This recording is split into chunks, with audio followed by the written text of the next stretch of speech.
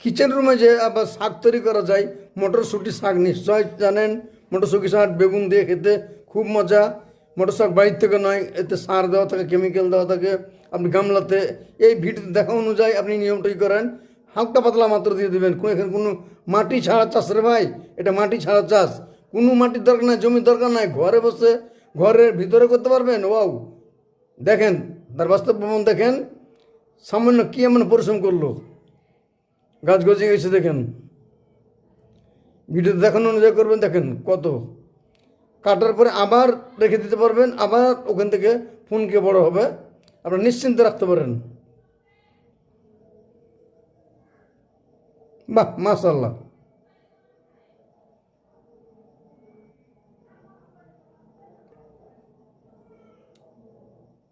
দেখেন দেখেন, কেটে আবার রেখে দিল। মাশাআল্লাহ, চমৎকার, চমৎকার বুদ্ধি একটা।